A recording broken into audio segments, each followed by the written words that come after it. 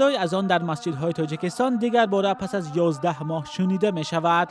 مردم هم با نوبت و در زیر چاره‌های احتیاطی به مسجدها وارد می شوند.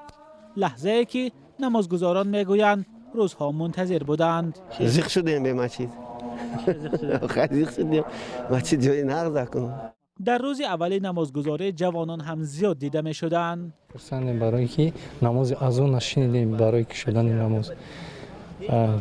هر مسلمان انتظار که با جماعت نمازش رو گذارد. برای خوشبختی برای که به الله نزدیک میشه. هر کسی باشد گمان میکنم که همین شادی را در درون دلش داره.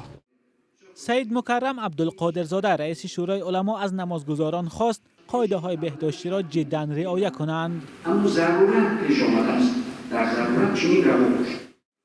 این نشانه هم به خاطر آن است که نمازگزاران برخلاف گذشته پهلوی هم نزدیک نیستند.